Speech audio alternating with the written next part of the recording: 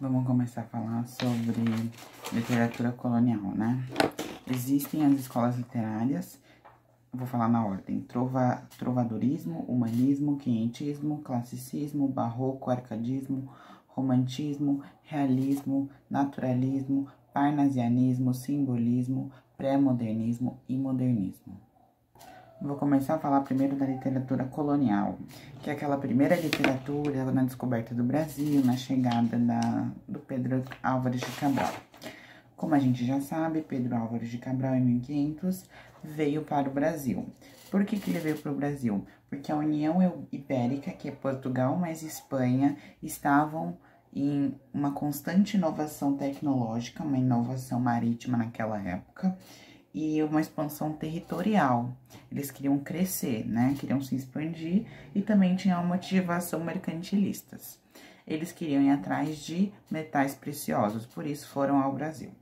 Chegando no Brasil, Pedro Álvares veio, liderou as 13 caravelas, chegou ao Brasil, descobriu. A primeira coisa que chamaram era a Terra Virgem, que o Brasil chamava uma Terra Virgem. Esse é só um contexto para vocês, para eu entender. Ele começou na Terra Virgem. Ele foi dado essa terra por causa dos índios. Eles viram os índios e deram o nome como Terra Virgem. Agora falando da literatura. A literatura na época, ela não tinha o papel de arte, o papel de poesia, de prosa, não. Nesse tempo, o papel da literatura era informativa.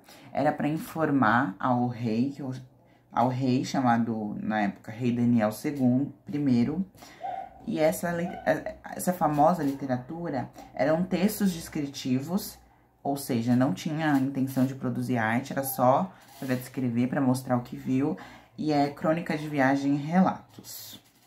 O primeiro registro que a gente tem do Brasil, sobre o Brasil, é a carta de Pero Vaz de Caminha, do autor Pedro Vaz de Caminha.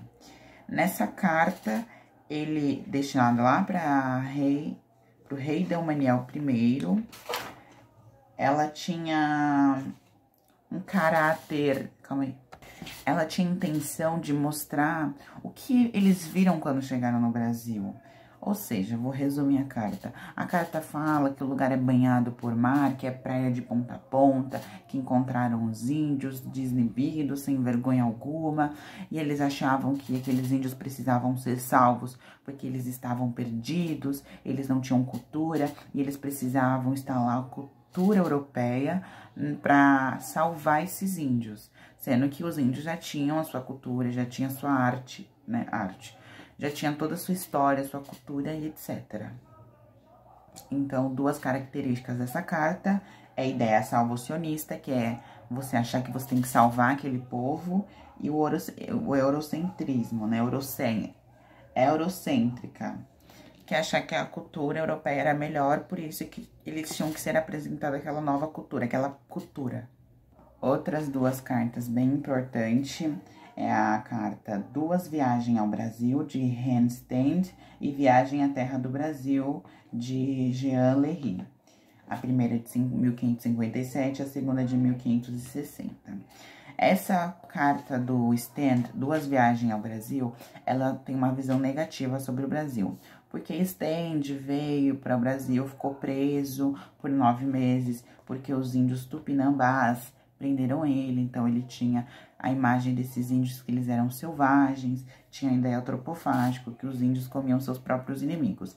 Já a carta de Jean Lery, que é a Viagem à Terra do Brasil, já tinha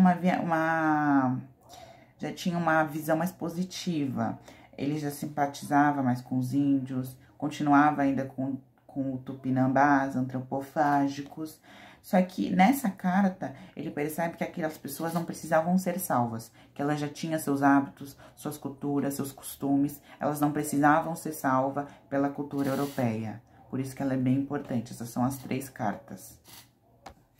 Agora a gente vai para o barroco, a literatura barroca. A literatura barroca, você tem que ter em mente, Lucas, que ela é o contrário do Renascimento. O Renascimento são cores claras, tons pastéis, que marcam um período. Por quê? Porque na época a sociedade estava tranquila, satisfeita, então isso remetia na arte. A arte era harmônica, né? Era serena, clara, lembra sempre da Mona Lisa. Já na arte barroca não, na arte da barroca eles vieram numa crise social, na época da Contra-Reforma e tudo, ainda eu tenho que estudar.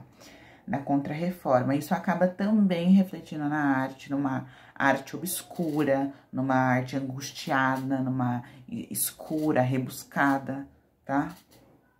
Um termo interessante que pode aparecer é arte eclesiástica, que é relacionada à arte relacionada à Igreja Católica. Também o Barroco defendia a alma e o Renascimento defendia o corpo. O que é isso? No Renascimento eles falavam que você tinha que ser Deus, desejos do corpo, que era você o corpo. Já no Barroco não. Eles tinham uma preocupação com a alma, não deixar que o corpo responda por tudo, salvar, proteger a sua alma. Essa é uma parte bem interessante, ó. Uma característica do barroco em si, não o barroco brasileiro, é completamente exagerada, palavras extremamente rebuscadas, reproduz o mal-estar do homem, e a linguagem barroca ela é cheia de antítese, paradoxos e hipérboles, e extremamente subjetiva. Subjetiva é o eu, né? Eu não queria uma coisa objetiva, eu queria uma coisa subjetiva. Subjetiva. Você pode entender da maneira que quiser, eu tô expressando o meu sentimento dali, né? A gente tem que ter em mente que o Brasil foi colonizado pelo Portugal, ou seja, tudo que vinha do Brasil sofria uma certa influência de Portugal. Tanto que na literatura informativa não era 100% brasileira, porque era de Portugal. A literatura barroca veio de Portugal, então ela também não é 100% brasileira ainda. Os escritores brasileiros, quando escreviam nesse tempo barroco, eles se inspiravam no Luís de Camões, que era um escritor português. Então, por isso que a gente diz que o Brasil não tinha ainda sua literatura 100% nacional, né? A gente também tem que ter isso no Brasil, são os jesuítas. Os jesuítas vieram de Portugal, especialmente na Bahia, para pregar a ideologia católica. Na onde que eles pregavam? Nas escolas, nas igrejas, em todos os lugares. Eles queriam catequizar os índios, os jovens da época. Os jovens, a gente se refere aos filhos dos senhores de engenho. Só que o que acontece nesse coisa? Lembra que eu falei da alma? A moral jesuíta pedia para que você cuidasse muito da sua alma. Só que os filhos dos senhores de engenho, eles estupravam as escravas. Então, ficava nesse dilema, né? Nesse paradoxo. A moral jesuíta, que é cuidar da alma e tal, contra o erotismo violento. O que é o erotismo violento? Era relações sexuais, né? Eram os abusos sexuais que as escravas sofriam dos filhos dos senhores de engenho. Um representante, aí um jesuíta, era o padre Antônio Vieira, que eu já vou falar, mas antes a gente fala do Gregório de Matos, que é o famoso Boca do Inferno. Então, esses são os principais autores aqui no Brasil. Gregório de Matos, padre Antônio Vieira. Então, você tem os brasileiros, Gregório de Matos, mais padre Antônio Vieira, e português, autores do Barroco, Luís Camões. Gregório de Matos nasceu em Salvador, foi para Coimbra estudar Direito, né? Estudou num colégio jesuíta aqui antes, depois foi para Portugal estudar Direito. Depois, quando ele voltou ao Brasil, ele encontra um Brasil em crise. Um Brasil... uma sociedade em crise. E aí ele usa a poesia para criticar a sociedade. Ele criticava o governo, ele criticava tudo, né? Tudo criticava. As temáticas, a temática era o que ele escrevia. Ele escrevia poesias religiosas, que era um afronto, poesias amorosas, pessoais, que às vezes eles, né? Poesia obscena, erótica. A erótica a gente tem que pensar naquela época, né? Uma coisa mais forte, uma poesia satírica, que é um deboche.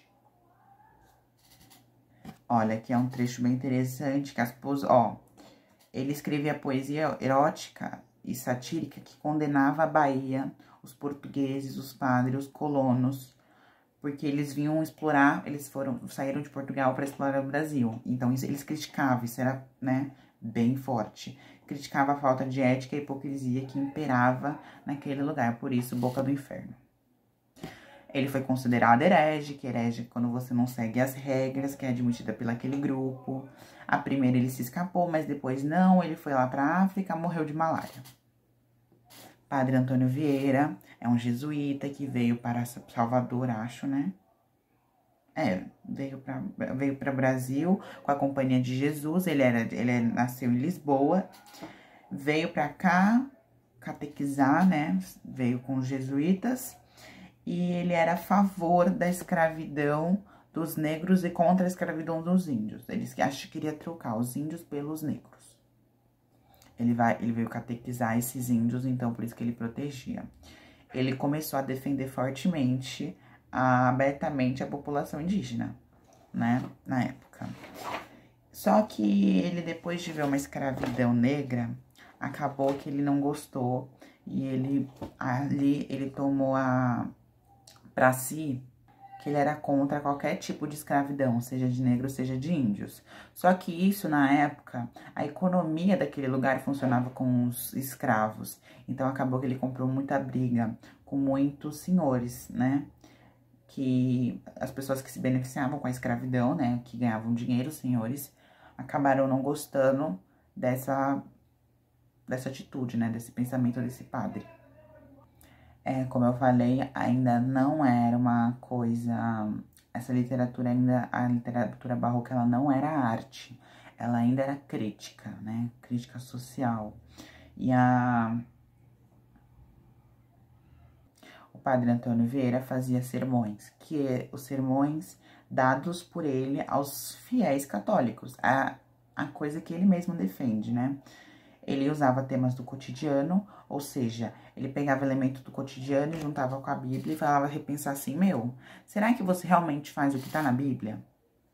Ele, temas de religiosos, falava muito sobre a questão da escravidão e fazia reflexões de como fazer simão. Se o fiel não praticava a ética prepagada nos textos sagrados, na Bíblia, era porque os sermões não os convenciam.